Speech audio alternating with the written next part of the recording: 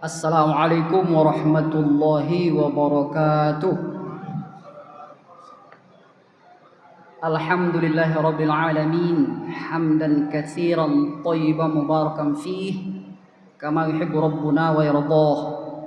Asyhadu an la ilaha illallah wahdahu la syarika lah wa asyhadu anna Muhammadan abduhu wa rasuluhu alladzi la nabiyya ba'dah. Wa ba'du. Bapak-bapak, ibu-ibu, jamaah Isya dan Tarawih Masjid Taqwa Pasar Pusat yang insya Allah kita semua dirahmati dan diberkahi Allah Azza wa Jalla. Malam ini yang akan mengisi tausiah Ramadan kita sebenarnya adalah Girana Al-Ustadz Al-Mukarram Az-Zurmi Indomo, namun beliau bertepatan jadwalnya di Masjid Ar-Rahman, sehingga alhamdulillah malam ini akan digantikan oleh Al-Mukarram Al-Ustadz Dr. Santoso MSI. Alhamdulillah Al-Ustadz sudah bersama kita. Terima kasih Ustadz kehadirannya. Namun sebelum itu kita akan tampilkan anak kita dari SMA Muhammadiyah 1, yakni Ranggi, yang akan menyampaikan kultumnya di hadapan kita bersama-sama. Untuk itu kepada Ananda Ranggi dipersilahkan.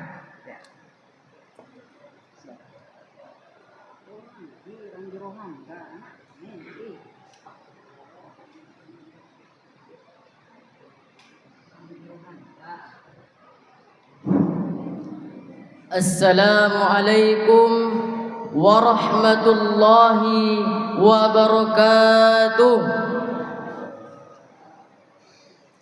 Innal hamdalillah nahmaduhu wa nasta'inuhu wa nastaghfiruh wa na'udzu billahi min syururi anfusina wa sayyiati a'malina. Man yahdihillahu fala mudilla lah wa man yudlil fala hadiya lah.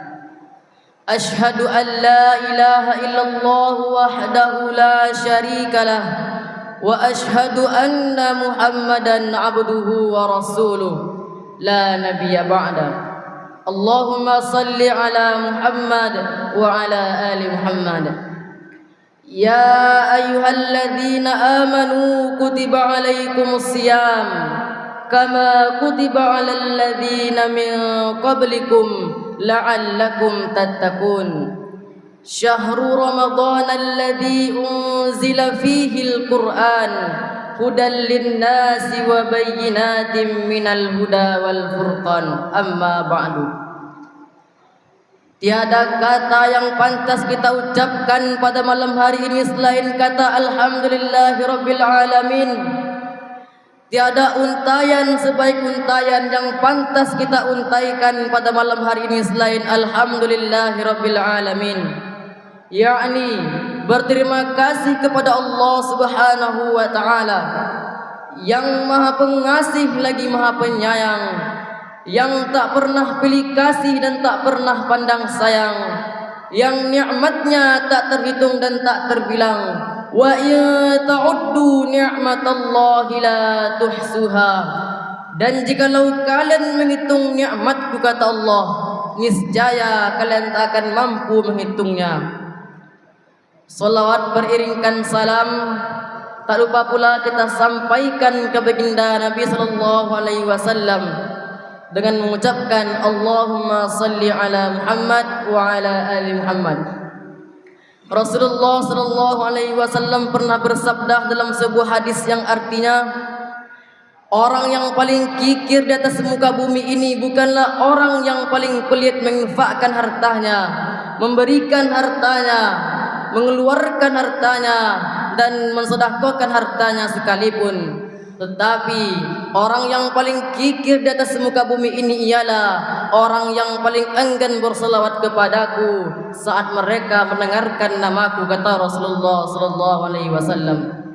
Mudah-mudahan kita termasuk orang-orang yang selalu berselawat kepada beliau ketika kita mendengarkan namanya, dan dengan berselawat itu kita mendapatkan syafaatnya di yaumil akhir nanti. Amin amin ya rabbal alamin. Yang terhormat pengurus Masjid Taqwa Pasar Pusat Kota Pekanbaru, dan yang saya hormati para jemaah salat sunnah tarawih yang insyaallah dirahmati Allah Subhanahu wa taala.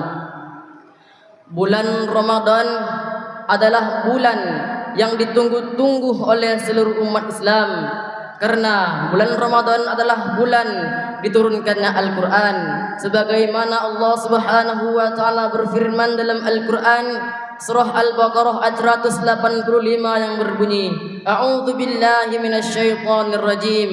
Syahrul Ramadan alladzi unzila fihi al-Qur'an hudan lin-nasi wa bayyinatin minal huda wal furqan. Bulan Ramadan adalah bulan diturunkannya Al-Quran dan petunjuk bagi manusia serta pembeda antara yang hak dan yang batil. Hadirin yang dirahmati oleh Allah Subhanahu wa taala.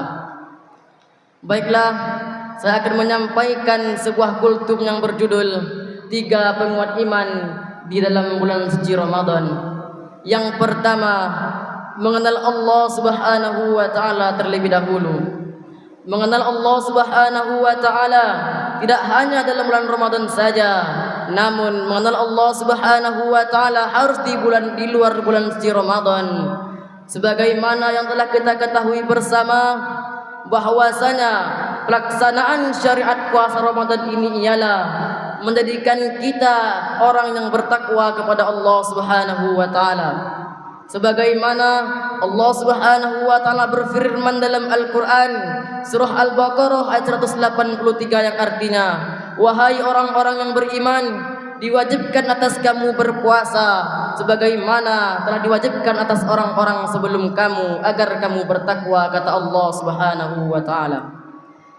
Jadi pelaksanaan puasa Ramadan ini ialah menjadikan kita seorang muslim yang bertakwa kepada Allah Subhanahu wa taala.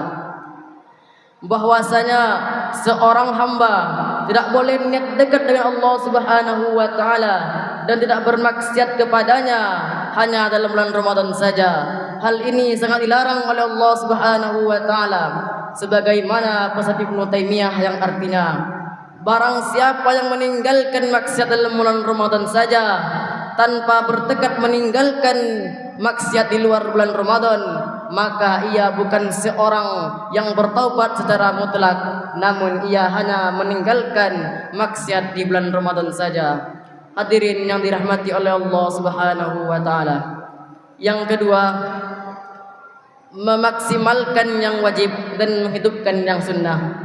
Sebagaimana yang telah kita ketahui bersama bahwasanya semua orang berbondong-bondong menuju masjid-masjid, musola-musola untuk melaksanakan amalan wajib maupun amalan sunnah untuk menginginkan pahala dari Allah Subhanahu wa taala. Rasulullah sallallahu alaihi wasallam juga menerangkan dalam sebuah hadis tentang orang yang menghidupkan amalan wajib dan sunnah, dan di setiap amalan wajib ada amalan sunnahnya, dan amalan sunnah tersebut ialah pelengkap dari amalan wajibnya. Sebab apa arti hadis tersebut? Sesungguhnya amalan manusia pertama kali dihisab oleh Allah Subhanahu wa taala pada hari kiamat ialah salat. Maka Allah Subhanahu wa taala berkata kepada para malaikatnya, dan dialah yang Maha tahu, lihatlah pada salat hambaku, kata Allah, apakah salatnya sempurna ataukah tidak. Jika salatnya sempurna, maka dicatatkan pula untuknya pahala yang sempurna. Namun jika salatnya ada sedikit kekurangan, maka Allah Subhanahu wa taala berfirman, sempurnakanlah kekurangan yang ada pada salat wajib itu dengan amalan sunnah mereka, dan amalan sunnah mereka tersebut akan diperlakukan seperti ini juga. Hadirin yang dirahmati oleh Allah Subhanahu wa taala. Yang ketiga, menguatkan substansi puasa Ramadan. Puasa Ramadan tidak hanya menahan lapar dan haus saja, namun bagaimana kita untuk mengendalikan diri kita agar tidak berbuat maksiat kepada Allah Subhanahu wa taala. Baik itu maksiat yang merusak pahala puasa, yang mengurangi pahala puasa kita dan membatalkan puasa kita. Mudah-mudahan Allah Subhanahu wa taala menguatkan iman kita dalam bulan Ramadan ini. Amin amin ya rabbal alamin. Demikianlah yang dapat saya sampaikan. Lebih kurangnya saya mohon maaf. Unzur man qala wala tanzur man qala. Lihatlah apa yang disampaikan dan jangan lihat siapa yang menyampaikan. Karena kesalahan datangnya dari saya sendiri dan kebenaran datangnya dari Allah Subhanahu wa taala. Nun wal qalami wama yasturun fastabiqul khairat. Assalamualaikum warahmatullahi wabarakatuh.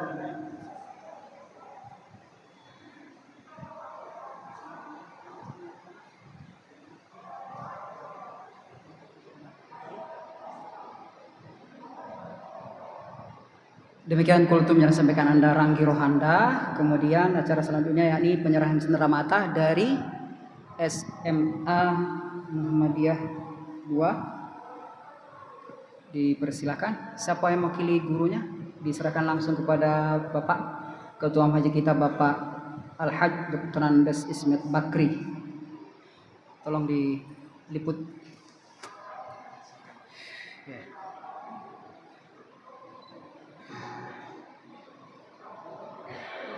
Senyum Laranggi.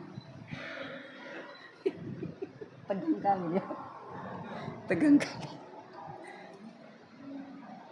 Baik, terima kasih dari yang kami ucapkan mewakili pengurus masjid. Terima kasih dari SMA Muhammadiyah. Demikian kultum. Selanjutnya mari ini tausiah yang kita tunggu-tunggu dari Al-Mukarram Al-Ustadz Dr. Santosa MSI. Kepada beliau faltatafaddal alaihi masykurah.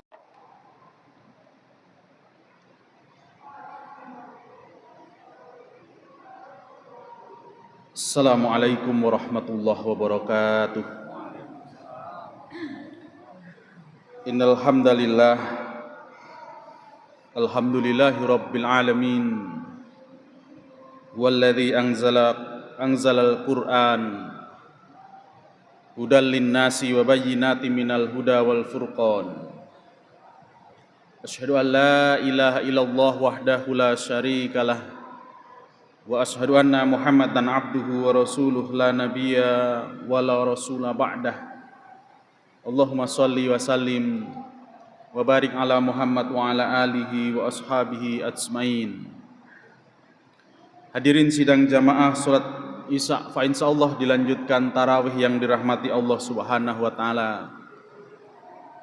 Alhamdulillahirabbil alamin. Salawat serta salam kita sampaikan kepada Rasul Muhammad sallallahu alaihi wasallam. Allahumma shalli wa sallim wa barik ala Muhammad wa ala alihi. Kaum muslimin sidang jamaah yang fa insyaallah dirahmati Allah Subhanahu wa taala. Pada kajian yang kedua ini saya hanya melanjutkan materi kajian yang tadi sudah disampaikan di awal, memperkuat tentang kesyukuran kita kepada Allah Subhanahu wa taala. Sebab Allah dengan Rahman dan Rahimnya telah memberikan kepada kita sekalian Al-Qur'an melalui baginda Rasul Muhammad sallallahu alaihi wasallam sebagai petunjuk kehidupan. Hudal linnas wa bayyinatin minal huda wal furqan. Petunjuk bagi manusia, pembeda, penegas, sehingga jalan-jalan kehidupan menuju pada kemuliaan itu jelas di depan mata kita. Dzalikal kitabu la raiba fihi hudal lil muttaqin. Kitab Al-Qur'an ini petunjuk bagi orang-orang yang ingin meniti jalan ketakwaan. Maka kalau kita ingin meniti jalan ketakwaan yang pada akhirnya kata Allah SWT, inna akramakum indallahi atqakum. Orang yang paling mulia di sisi Allah orang-orang yang bertakwa. Maka ini petunjuknya. Tapi kalau orang itu tidak menghendaki jalan-jalan ketakwaan, pasti ini AB dan Al-Quran ini menjadi tidak penting. Maka kita ini tidak ada alasan untuk tidak bersyukur. Sebab kita oleh Allah diberikan bekal dan jalan yang jelas untuk menuju pada ketakwaan dan kebenaran. Kenapa kita harus bersyukur? Sebab pada hakikatnya kita ini terlahir semua dalam kondisi yang la ta'lamuna syai'an. Sepinter apapun, sehebat apapun, sekolahnya setinggi apapun, sifat dasar kita itu la ta'lamuna syai'an. Tak ngerti apa-apa. Kalaupun kita tahu sedikit aja. Sedikit aja. Jangankan yang rumit-rumit, yang sederhana-sederhana aja kita banyak tak tahu. Ini Ustadz bajunya baju sendiri atau pinjam? Baju sendiri. Udah lama. Apal. Berapa kancing bajunya? Kancing baju kita aja kita tak apal. Apalah lagi jalan menuju ketakwaan dan jalan yang pasti akan kita lewati menuju kepada keridhaan Allah SWT. Kalau tidak ada Al-Quran maka kita tidak akan pernah tahu caranya.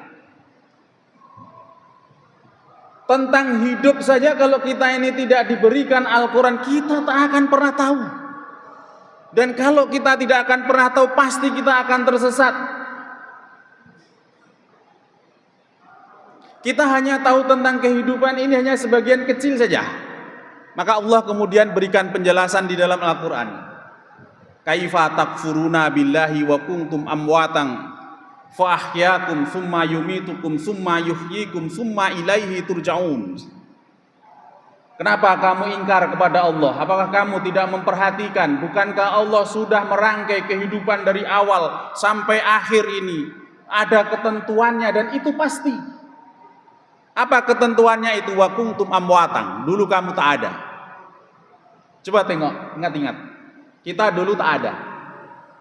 Emak kita tak pernah membayangkan punya anak model wajah kayak kita ini. Dulu kita tak ada. Wa kuntum amwatan fa ahyakum. Lalu kemudian diproses oleh Allah SWT melalui rahim ibu kita masing-masing. Allah yang menentukan bagaimana prosesnya. Kita pun tak tahu apa yang terjadi proses di dalamnya. Walladzi yusawwirukum fil arhami kaifa yasha. Allah menjelaskan aku yang menentukan proses di dalam rahim ibu kalian masing-masing itu seperti apa yang aku kehendaki. Maka muncullah nanti ilmu tentang kandungan. Tapi sebelumnya Allah yang menjelaskan.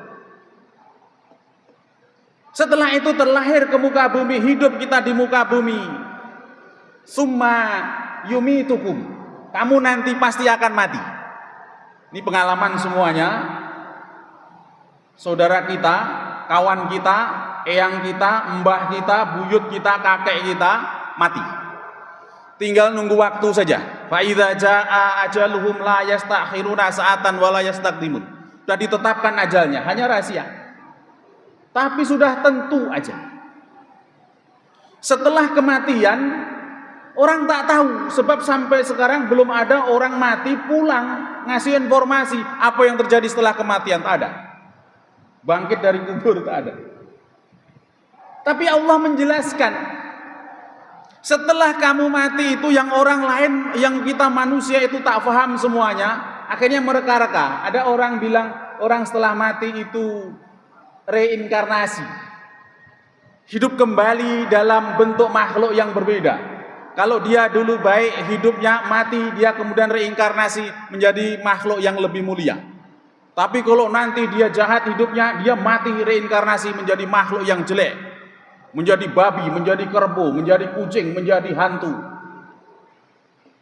Tapi itu kira-kira. Allah menjelaskan setelah kamu mati itu fa ahyakum, kamu hidup. Tsumma ilaihi turja'un, lalu kamu kembali kepada Allah. Kembali pun kalau kita tidak dijelaskan oleh Allah, kita tidak tahu kita kembali itu suruh ngapain. Suruh ngapain?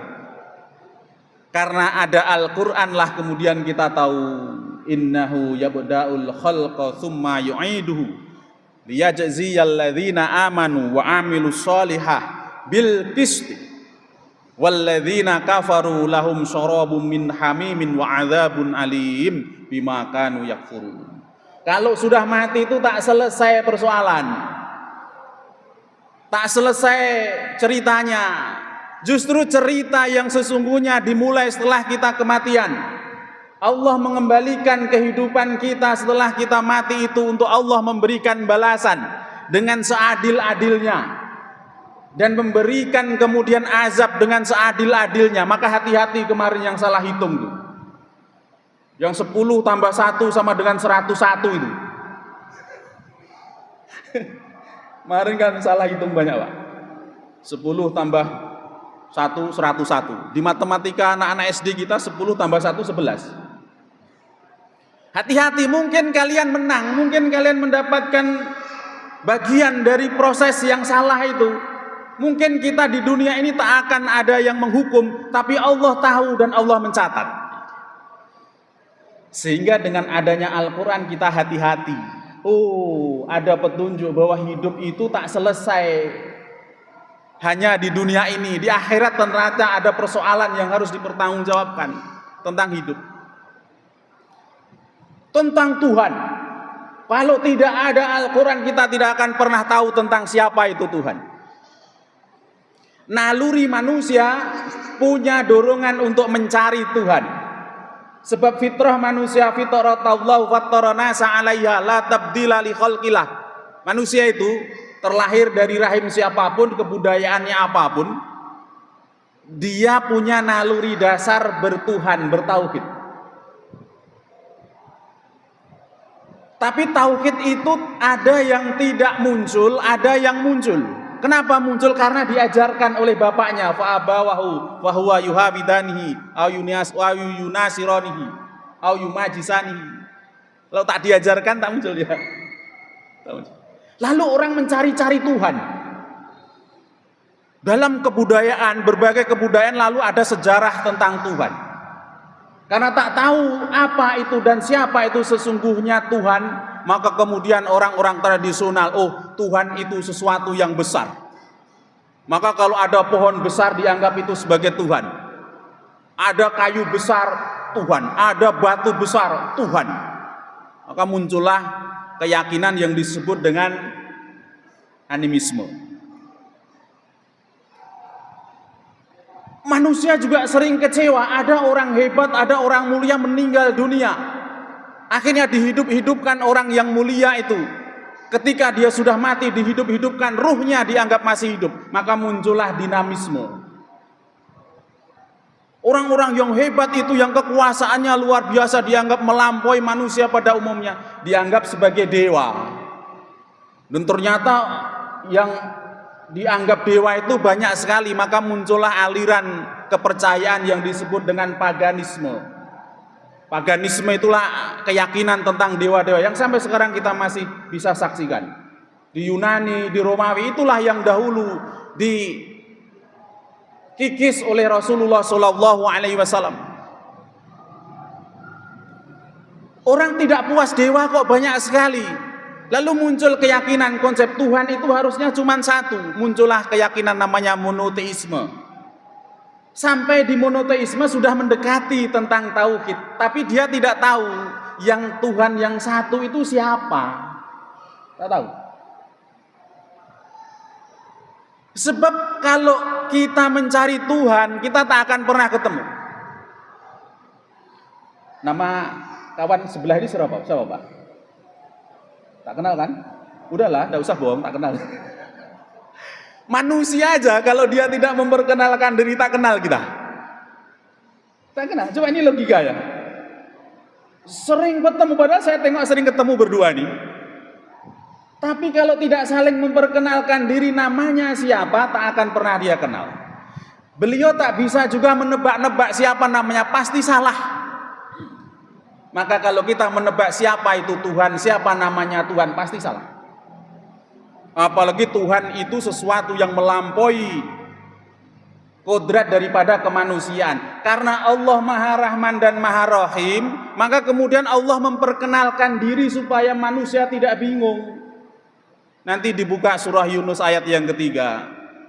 inna rabbakumullah. Sesungguhnya Tuhan kamu itu namanya Allah. Barulah tahu namanya Allah. Kalau ada Tuhan bukan namanya Allah, pasti bukan Tuhan. Bisa jadi hantu. Pasti bukan Tuhan. Di muka bumi ini siapapun yang mengaku Tuhan namanya bukan Allah, pasti bukan Tuhan. Dan Tuhan yang namanya Allah itu betul Tuhan. Kenapa? Karena Dia khalaqas samawati wal ardh. Dia yang menciptakan langit dan bumi. Kalau ada Tuhan tidak menciptakan langit dan bumi, yakin dia bukan Tuhan yang sesungguhnya. Sesuatu yang dipertuhankan, bukan Tuhan. Tidak hanya menciptakan, karena kalau menciptakan dia hanya tukang membuat. Lalu dia mengatur seluruh urusan umat manusia. Yudabbirul amr, mengatur seluruh urusan manusia ini. Bahkan urusan alam semesta, termasuk kapan telur itu menetas ketika dirami oleh induknya, diatur itu oleh Allah. Termasuk bagaimana matahari itu terbit dari timur tenggelam di barat, begitu terus, maka kemudian itu diatur oleh Allah Subhanahu wa taala. Kalau tidak ada Al-Qur'an, kita tak akan pernah tahu. Maka tidak ada alasan kita ini tidak bersyukur dengan Al-Qur'an. Bagaimana caranya kita bersyukur dengan Al-Quran? Kita baca, kita fahami, kita amalkan. Sebab kalau Al-Quran nanti tidak difahami, maka Al-Quran juga tidak bisa diamalkan dengan baik. Dan kalau Al-Quran tidak diamalkan, maka Al-Quran juga tinggal tulisan seperti apa yang disampaikan oleh baginda Rasul Muhammad SAW.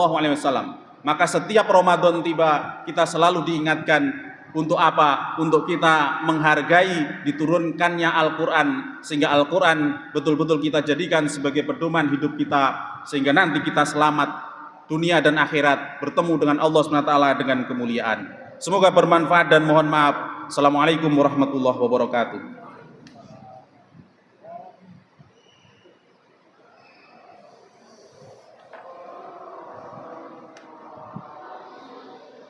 Alhamdulillah, demikian tausiah yang cukup syarat dan padat dengan ilmu yang telah disampaikan oleh Al-Mukarram Al-Ustadz Dr. Santoso MSI.